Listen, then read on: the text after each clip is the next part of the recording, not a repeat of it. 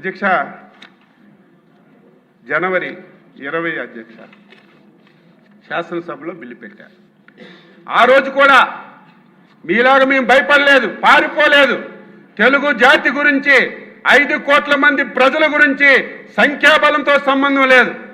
ఆ రోజు చంద్రబాబు నాయుడు గారు మేమందరం అన్నాం, 20 మందినే ఉన్నామండి, చాలా అవమానాలు పడుతున్నాం, మా దగ్గరికి వచ్చి బండ బూతులు తిడుతున్నారు, మా పర్సనాలిటీల మీద మాట్లాడుతున్నారు, మీ సభకి వెళ్ళమంటే తప్పది. మనకు ప్రజలు ప్రతిపక్ష హోదా ఇచ్చారు, ఎంతమంది ఉన్నామని కాదు, చివరి నిమిషం వరకు పోరాడదామంటే మేము పోరాడాం అధ్యక్ష. ఆ వేళ 20వ తారీఖు అధ్యక్ష 3 రాజధానుల బిల్లు, అదేవిధంగా డీలిమిటేషన్ ఏదైతే జరిగిందో దాన్ని చట్టాన్ని రద్దు చేసి మొత్తం విషయాలుగా ఈ రాష్ట్రాన్ని బాగు చేద్దామని ఒక బిల్లు తెచ్చారు అధ్యక్ష. మేము అపోజిషన్లో ఉండి మేము వ్యతిరేకించి, బాబు గారు అయితే చాలా గట్టిగా మాట్లాడారు. మమ్మల్ని ఆ రోజు సస్పెండ్ చేశారు అధ్యక్ష. మీకు చెప్పాలి, ఆ రోజుకే 3 సార్లు ముఖ్యమంత్రిగా చేసిన వ్యక్తి, 15 సంవత్సరాలు ప్రతిపక్షంగా నాయకుడిగా వ్యవహరించిన వ్యక్తిని బయటికి మమ్మల్ని ఈడ్చికెళ్ళి అధ్యక్ష, ఒక డొక్కు బస్సు అధ్యక్ష, డొక్కు బస్సు, ఆ బస్సుకు టైర్లు ఉన్నాయో తెలియదు, అంత దరిద్రమైన బస్సులో మమ్మల్ని ఎక్కించి ఇక్కడ 4 గంటలకు ఎక్కించారు అధ్యక్ష. రాత్రి 11 గంటల వరకు ఎక్కడ తిప్పారో లేదు, ఎటువైపు వెళ్తున్నామో తెలియదు. మొత్తం అడవుల్లో మొత్తం ఒళ్ళంతా ఫుల్ అయిపోయి అధ్యక్ష, రోడ్లు లేవు, అటు ఇటు తిరిగి రాత్రి 11 గంటలకి మాకు మళ్ళీ అక్కడ దించారు అధ్యక్ష. ఇది చాలా దారుణమైనటువంటి సంఘటన ఇక్కడ అయింది అధ్యక్ష. మా పోరాటం చేసాం, ఆ రోజు నుంచి రైతులు పోరాటం చేశారు, దాని జోలికి పోవక్కర్లేదు అధ్యక్ష. అధ్యక్ష, ఆ రోజు చట్టం అమలు కావాలంటే శాసన మండలి కీలకం అధ్యక్ష. నాకు తెలిసి సంఖ్యాదళంలోకి నేను వెళ్ళగానే 58 మంది ఎమ్మెల్సీలు ఉంటే వాళ్ళు 8 మందే ఉన్నారు అధ్యక్ష. మిగతా వాళ్ళందరూ తెలుగుదేశం, మిగతా పార్టీలు ఉన్నాయి. 21 ప్రజాస్వామ్యానికి ఒక చీకటి రోజు అధ్యక్ష. అది నాకు తెలిసి ఎప్పుడు ఏ రాష్ట్రంలో ఇటువంటి పరిణామాలు జరగలేదు. శాసన మండలిలో ఇక్కడ ఉన్నటువంటి బిల్లు అధ్యక్ష పాస్ చేయడానికి అధికారం లేదు, 8 మంది సభ్యులతో బిల్లు పాస్ అవ్వదు అధ్యక్ష, అందరికీ తెలుసు. కానీ ఎలాగైనా బిల్లు పాస్ చేసి ఈ రాష్ట్రాన్ని విడదీయాలని, మొత్తం తెలుగు జాతిని విచ్ఛిన్నం చేయాలని ప్రయత్నం అధ్యక్ష. ఆ రోజు పెద్దలు షరీఫ్ గారు చైర్మన్గా ఉన్నారు. రంజాన్ మాసం అధ్యక్ష, రంజాన్ మాసంలో ఉదయం ఒకసారి, సాయంత్రం ఒకసారి ప్రేయర్ చేస్తారు,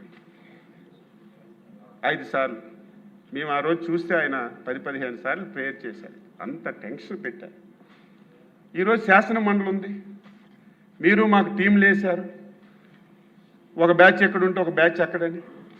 ఆ రోజు అధ్యక్ష శాసన మండలిలో మొత్తం మంత్రులందరూ అక్కడికి వచ్చేసారు, శాసనసభ్యులందరూ గ్యాలరీలో మొత్తం వచ్చేసారు, మొత్తం శాసన మండలిలో లైట్లన్నీ ఆపేశారు. మేమందరం బాబు గారు ఛాంబర్లో కూర్చున్నాం. పోనీ శాసన మండలిలో లైట్లు ఆపేశారు, తర్వాత మా ఛాంబర్లో లైట్లు ఆపేశారు, టీవీ ప్రచారాలు ఆపేశారు. అసలు ఏం జరుగుతుందో మాకు సమాచారం లేదు. సార్ అన్నారు ఒకసారి వెళ్ళి మనము గ్యాలరీకి వెళ్దామంటే గ్యాలరీకి వెళ్ళాము అధ్యక్ష. నరక యాతన అధ్యక్ష.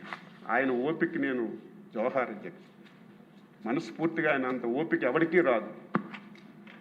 ఆయన వేళ ఈ చెవిట్లో ఆ చెవిట్లో అనరాని మాటలు, ఆ మాటలు వింటే నాలాంటి వాడిని అయితే గన్నుంటే కాల్చేయాలి, ఎందుకు ఈ బతుకు, ఇంత దారుణమా, ఈ తిట్లు కాయడానికే మనం రాజకీయాల్లో ఉన్నాం. అంత దారుణంగా మాట్లాడారు. అయినా సరే ఎక్కడ కూడా వెనకలేదు, ఇది మన డ్యూటీ, మన బాధ్యత ఇది అని ఎక్కడ కూడా వెనక్కుండా ఆయన రోజు ఉన్నారు అధ్యక్ష. కానీ అల్లా దయ వల్ల ఆ రోజు ఉన్నటువంటి చైర్మన్ మీద బయట వాళ్ళకి ఏం పని అధ్యక్ష. ఒకసారి చైర్మన్ ఛాంబర్లో ఏం జరుగుతుందో చూసి రమ్మంటే నేను వెళ్ళాను అధ్యక్ష. వెళ్ళేసరికి విజయసాయిరెడ్డి, టీటీడీ చైర్మన్గా ఉన్నటువంటి వైవి సుబ్బారెడ్డి, సకల శాఖల మంత్రిగా వ్యవహరిస్తున్నటువంటి సజ్జల రామకృష్ణారెడ్డి మొత్తం ఆయనకు చుట్టుముట్టి ఎంత ప్రెజర్ అంటే భగవంతుడు ఆయన వైపు ఉన్నాడు కాబట్టి బతికాడు. నాలాంటి వాడు ఇంకోడైతే టెన్షన్కే బాధపడిపోయి చచ్చిపోతాడు. అంత టెన్షన్ పెట్టారు అధ్యక్ష. టెన్షన్ పెట్టడమే కాదు, ఈరోజు అపోజిషన్ లీడర్గా ఉన్నారు మండలిలో. ఆయన పెద్ద మనిషి, అందరం పెద్ద మనిషి అంటాం. ఆయన మాటలు కులం మీద మతం మీద తిట్టి ఆ బూతులన్నీ వింటే బాధ ఆవేదన కలిగింది. కానీ మేమేమీ చేయడానికి అవకాశం లేదు. దేవుడి దయ వల్ల ఈ బిల్లు ఎట్టి పరిస్థితుల్లో పాస్ అవ్వకూడదని ఆయన సెలెక్ట్ కమిటీకి పంపించి ఈ రాష్ట్రాన్ని బతికించారు. రాష్ట్రంలో ఉన్నటువంటి తెలుగు జాతి పోనీ ఆయన అన్నట్టుగా 3 రాజధానుల అధ్యక్ష మన ప్రాంతానికి వద్దాం. మీది ఉత్తరాంధ్ర, నాకంటే ముందు నుంచి మీరు రాజకీయాల్లో ఉన్నారు. చాలా సంవత్సరాలుగా మనం ఉన్నాం. ఈయనేదో ఉద్ధరించినట్టుగా 2019లో విశాఖపట్నాన్ని రాజధానిగా అని చెప్పారు అధ్యక్ష. వీళ్ళ కుటుంబం బతుకేంటంటే ప్రాంతాల మధ్య తగ్గు పెట్టడం, అవకాశం వచ్చినప్పుడు కులాల మధ్య తగ్గు పెట్టడం. ఎవరైనా సరే అలా చేస్తారు అధ్యక్ష. ఒక పదవి గురించి, రాజకీయం గురించి, కులాల మధ్యన ప్రాంతాల మధ్యన ఎవరైనా సరే ఇటువంటి తగ్గు పెడతారా? విశాఖపట్నాన్ని ఒక రాజధాని అని చెప్పారు. మేము మాట్లాడితే మా ఇంటి మీదకి దాడులు పంపించారు. విశాఖపట్నానికి రాజధాని వస్తుందని అచ్చెన్నాయుడు మాట్లాడితే వద్దు, మేము అమరావతి రాజధాని అని ఎలక్షన్కి వెళ్ళామని ధైర్యంగా చెప్పాను అధ్యక్ష. మేము మాటిచ్చాం, అమరావతి రాజధాని రాష్ట్రంలో అన్ని జిల్లాలు అభివృద్ధి చేస్తామని మాటిచ్చామని ధైర్యంగా నిలబడ్డాం అధ్యక్ష. బండబూతులు తిట్టారు, పర్సనాలిటీ మీద మాట్లాడారు. కానీ ధర్మాన్ని, న్యాయాన్ని రక్షించాలని కట్టుబడి మనం ఉన్నా అధ్యక్ష. పోనీ నువ్వు రాజధాని అన్నావు, ఏం చేశావు? 2019-24లో నిండు శాసనసభలో మాట్లాడుతున్నాను. ఎందుకింత గట్టిగా మాట్లాడుతున్నానంటే ఈరోజు రాష్ట్ర ప్రజలందరూ ఇంపార్టెంట్ సెషన్ చూస్తారని. ఒకవేళ జగన్మోహన్ రెడ్డి బెంగళూరులో ఉన్నా, వైసీపీ వాళ్ళున్నా ఈరోజు సభ చూస్తారు ఏం జరుగుతుందని. ఈరోజు రావాలి కదా అధ్యక్ష, ఈవేళ రావాలా లేదా? బయట బ్రోకర్లతో మాట్లాడిస్తాడు. మాకేమీ ఇబ్బంది లేదు, మాకేమీ సమస్య లేదు, మేము రాజధానికి వ్యతిరేకంగా ఉన్నామా, ఎందుకు మళ్ళీ మీరు తీర్మానం చేయాలని బయట బ్రోకర్లతో మాట్లాడి ఆయన అంటాడు శాసనసభ పెట్టుకుంటున్నారు, శాసన మండలి ఎందుకు పెట్టడం లేదంట. బుద్ధి జ్ఞానం ఉందా మీకు? నాలెడ్జ్ ఉందా? తీర్మానం అంటే శాసనసభలో చేస్తారు, శాసన మండలిలో చేయరు. కానీ శాసన మండలి ఎందుకు పెట్టమంటున్నారు? ఇక్కడ పాస్ అయ్యి మళ్ళీ అక్కడ పాస్ అవ్వకుండా దీన్ని కూడా అడ్డు పెట్టాలి. ఇంత దుర్మార్గుల్ని ప్రజలారా మీరు ఆలోచించాలి కదా. ఇటువంటి విధాల రాజకీయాల్లో ఉండాలా? ఇటువంటి రాజకీయ పార్టీ అవసరం ఈ రాష్ట్రానికని ఇంకా ప్రజలు తెలుసుకోకపోతే ఏం చేస్తాం? ఎందుకు ఈ మాట్లాడుతున్నాను?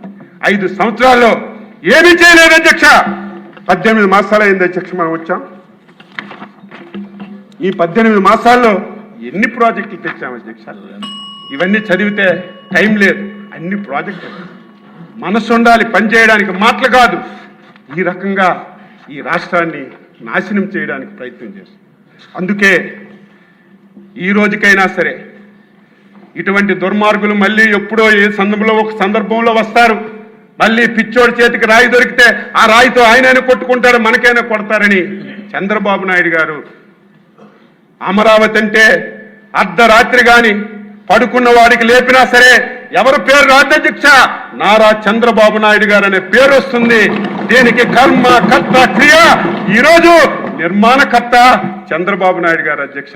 ఎంత కష్టపడి చేసిన దానికి మళ్ళీ ఎవరైనా ఇబ్బంది పెట్టొచ్చని దీన్ని ఒక చట్టబద్ధత చేద్దాం.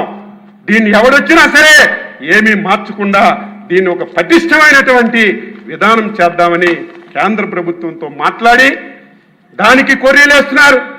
2014లో పంపించారు కదని. ఆ రోజు విజయవాడ గుంటూరు మధ్యలో ఉంటుందని చెప్పాం. తరువాత అమరావతి అని అనుకున్నాం. ఈరోజు అమరావతి అని పేరు లేదు కాబట్టి మీరు మళ్ళీ ప్రత్యేకంగా ఒక తీర్మానం చేసి పంపించండి అంటే ఈరోజు ఈ సభ స్టార్ట్ అయింది అధ్యక్ష. మళ్ళీ మనం తీర్మానం చేస్తున్నాం. ఈ రోజుతో 5 కోట్ల మంది ప్రజలకి ఒక ఆనందమైనటువంటి రోజు. ఎవరు భయపడవలసిన అవసరం లేదు.